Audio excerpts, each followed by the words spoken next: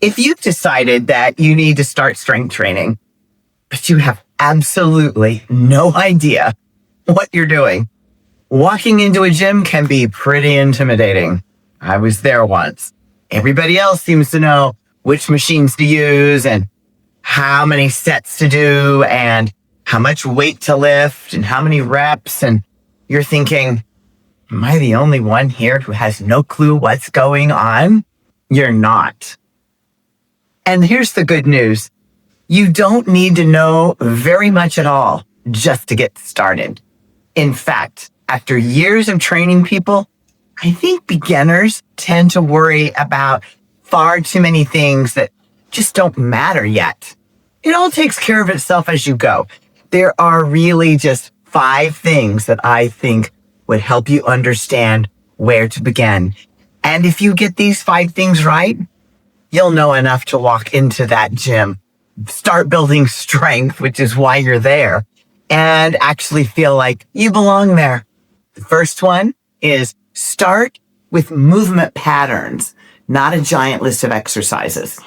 Walk into any gym and you'll see dozens of machines and you'll see dumbbells and barbells and cables and benches. Ooh, you probably see people doing exercises you've never seen before. Ignore most of it.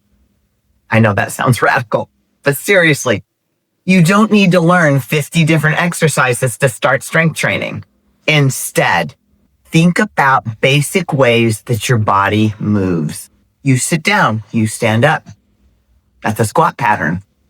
You pick something up off of the floor. That's a hinge. You push something away from you. You pull something toward you. You carry things. And you use the muscles of your torso to stabilize your body while you're doing all of those things. That's really where I want the beginner to start. For example, your squat might simply mean sitting down on a bench and standing back up.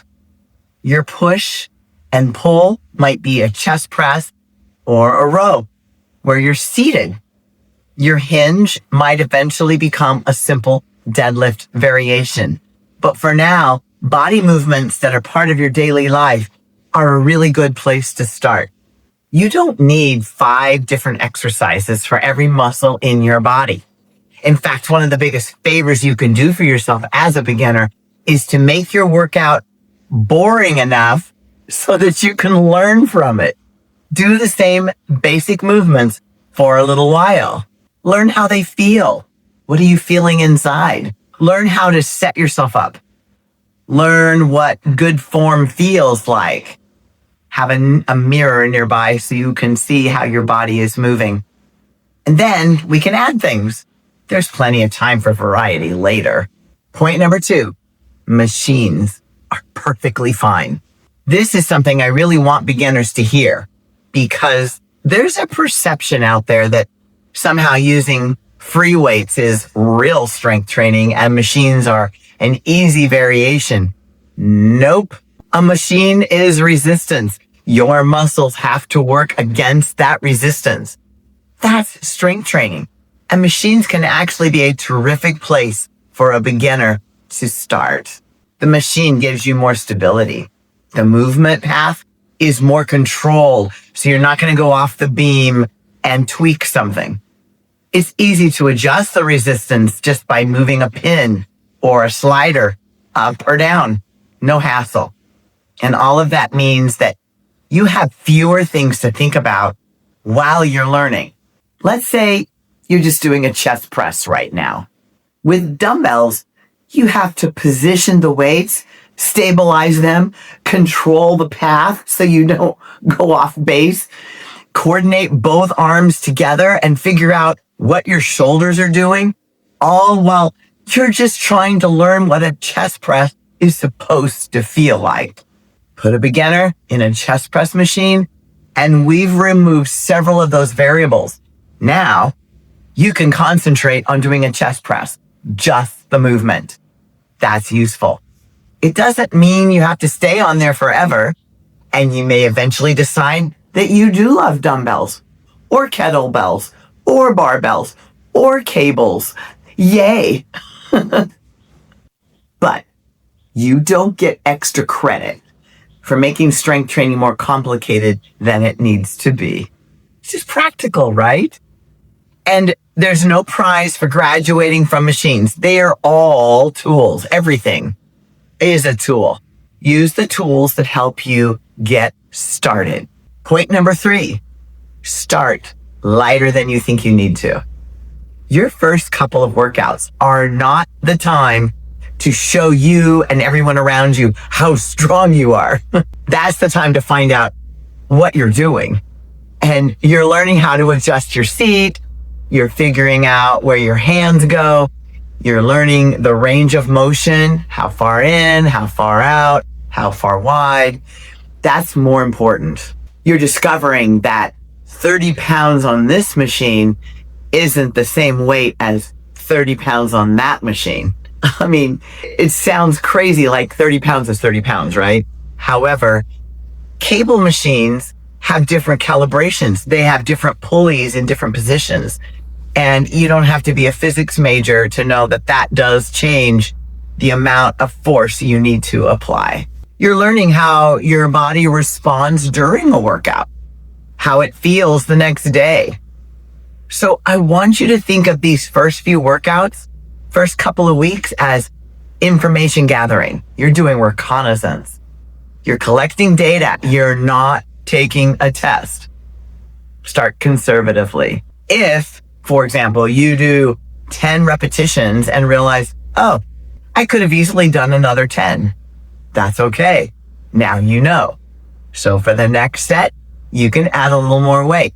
And while you're learning, start paying attention to what those different sensations feel like in your body, where the tightness is, where there's a little bit of a impingement, where you start to shake because the muscles are like, what's happening? There's a little difference between a muscle working hard and then something actually hurting in a way that it shouldn't. Muscles getting tired.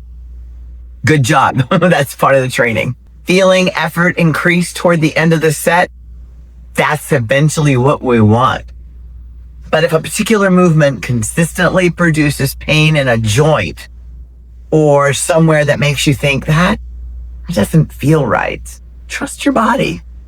Don't assume that that means strength training isn't for you, but come at it from a different direction. That exercise may not be for you, at least right now, but strength training is still for you.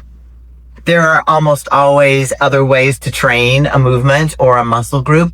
You don't have to force your body through an exercise just because somebody told you that's a good exercise.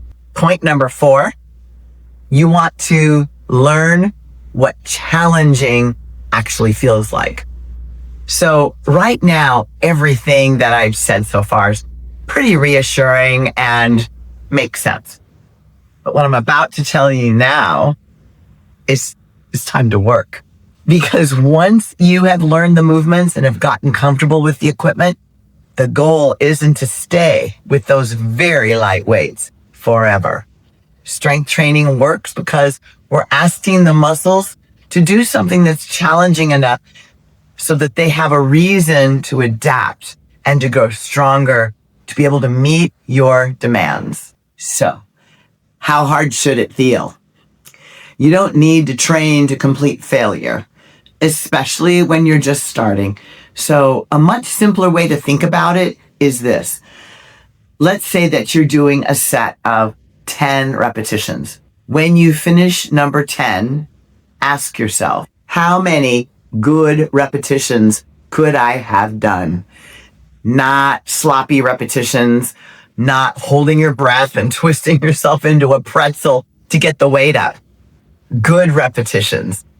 If your answer is, I could have done another 15, the weight is probably too light to provide much challenge. If your answer is, maybe 1, 2, maybe 3 more, now we're getting somewhere.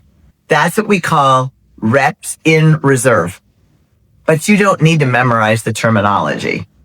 I care much more about you learning the feeling. You are just beginning to form a language and a dialogue with your body in a brand new way. At first, it's going to be a little awkward. You're not going to understand each other's language very well. Just like it is when you are sitting with someone who speaks a different language than you and you know some simple vocabulary, but then they burst out with a whole bunch more that is over your head. Over time, you get better. And it's the same with your body. The first several reps should feel manageable, and then you start to notice muscles working. And toward the end of the set, you have to concentrate a little more. You'll find yourself becoming incredibly focused just to get the job done. And the weight didn't suddenly get heavier. You got more tired, right? And that's called muscular fatigue. And muscular fatigue is an absolute win. It's a little uncomfortable, but celebrate it anyway. And learning to recognize that part of the training process is one of the most unique and rewarding parts of strength training, besides the obvious making gains. It also gives you a simple way to decide when it's time to increase the weight. Let's say your goal is somewhere between 8 to 12 repetitions. At first, 10 repetitions might feel challenging.